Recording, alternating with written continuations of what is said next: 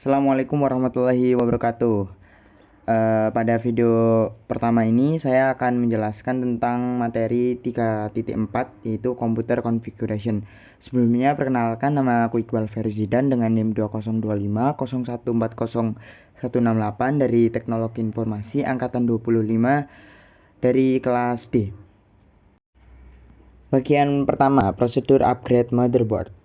Sebelum melakukan penggantian motherboard, lakukan dokumentasi konfigurasi sistem menggunakan ponsel untuk mengambil foto layout kabel, slot ekspansi, dan port pada motherboard lama, sehingga pada saat kita akan memindah semuanya ke motherboard yang baru, kita tidak lupa dengan letak-letaknya.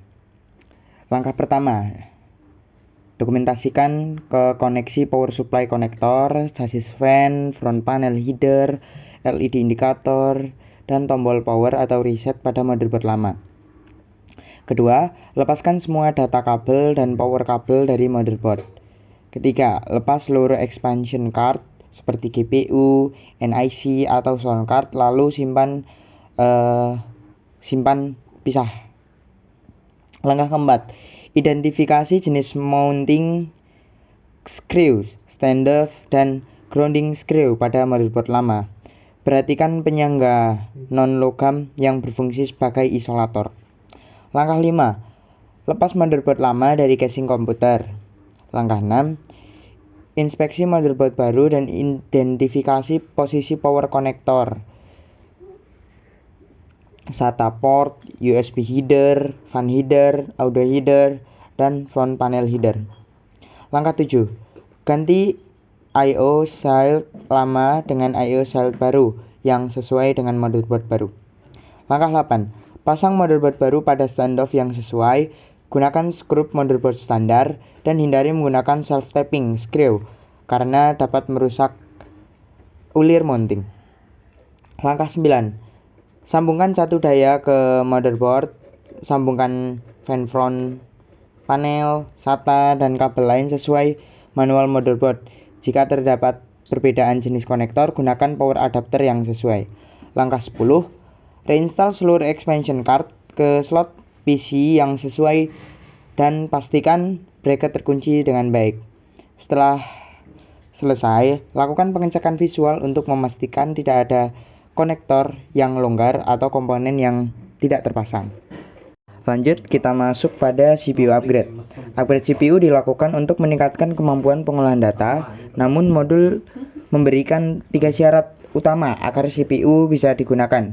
1. CPU harus cocok dengan soket yang tersedia pada motherboard. 2. CPU harus kompatibel dengan chipset motherboard. 3. CPU harus bisa bekerja dengan power supply yang ada. Jika CPU baru membutuhkan heatsink dan fan assembly yang berbeda, modul menyarankan untuk melakukan pemasangan dengan memastikan ukuran dan desainnya cocok dengan CPU.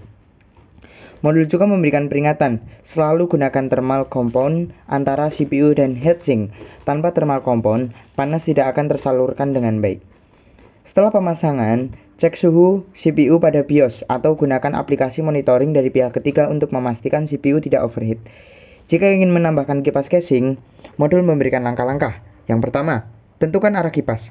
Biasanya bagian atas untuk membuang, bagian bawah untuk menarik udara masuk. Yang kedua, pasang kipas menggunakan lubang pre-dry load. Yang ketiga, sambungkan kipas ke motherboard atau PSU sesuai jenis konektor. Selanjutnya, storage device upgrade. Upgrade storage dapat memberikan peningkatan kecepatan maupun kapasitas. Modul memberikan beberapa alasan logis upgrade storage. Yang pertama, menambahkan kapasitas penyimpanan. 2. Meningkatkan kecepatan hardware. 3. Menjalankan operating sistem kedua. 4. Menyimpan sistem swap file. 5. Fault tolerance seperti RAID. Ke-6. Backup hard drive utama. Instalasi storage baru dilakukan dengan 3 langkah sederhana. Yang pertama, pasang drive ke bay yang kosong. 2. Sambungkan kabel data ke motherboard atau SATA. Ketiga, sambungkan kabel daya ke PSU. Lanjut, peripheral upgrade. Upgrade peripheral dapat meningkatkan kenyamanan maupun produktivitas. Modul menyebutkan alasan seperti 1. Menggunakan keyboard atau mouse ergonomis. 2. Penambahan karakter untuk bahasa asing. 3. Penyesuaian untuk pengguna disabilitas. Jika slot ekspansi di motherboard tidak cukup, upgrade bisa dilakukan lewat USB. Jika port USB kurang, gunakan USB adapter, card, atau USB hub. Power supply upgrade.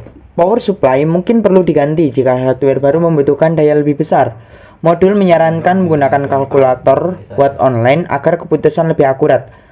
Pada komputer kelas server, ada opsi untuk memasang dua power supply sebagai sistem redundansi.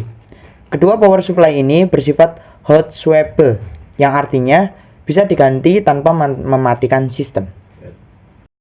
Jadi demikian penjelasan lengkap untuk materi 3.4 upgrade komputer hardware. Materi ini menjadi pondasi penting sebelum melakukan perbaikan komputer di dunia nyata.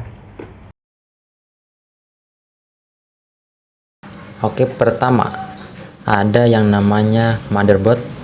Motherboard itu adalah papan induk di mana setiap komponen-komponen komputer nantinya akan kita pasang di sini. Yang kedua ada prosesor. Prosesor itu adalah otaknya dari komputer. Dual core, quad core, core i3, core i5, core i7. Nah, ini kuncinya di sini.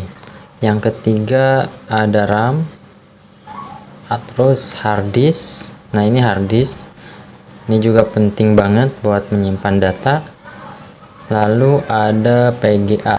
Nah, ini adalah PGA, video graphic adapter. Ini adalah fan atau kipas buat ngademin si prosesor yang ini. Dan yang paling penting adalah power supply. Waduh, ini power supply, dimana fungsi dari power supply itu adalah buat mengalirkan arus listrik ke berbagai komponen yang ada di komputer. Terakhir ini adalah DPD room. DPD room ya buat kalau misalkan ada driver dalam bentuk CD atau apapun lah, itu kita manfaatin pakai ini. Ini opsional, PGA juga opsional, bisa dipasang bisa enggak. Yang paling penting adalah motherboard, prosesor, RAM, hard disk, dan power supply serta pan. Oke teman-teman, di video kali ini kita akan ngerakit komputer dari awal sampai akhir. Yang pertama kita akan memasang prosesor di sini.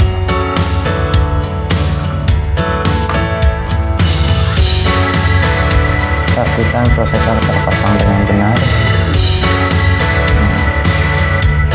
Kita pasang fan.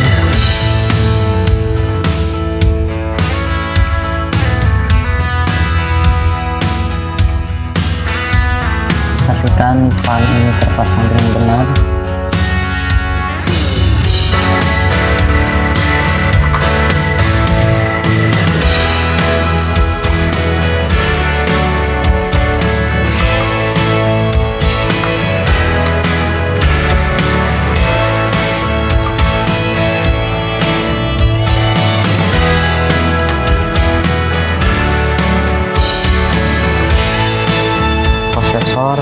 RAM dan PGA sudah terpasang dengan baik.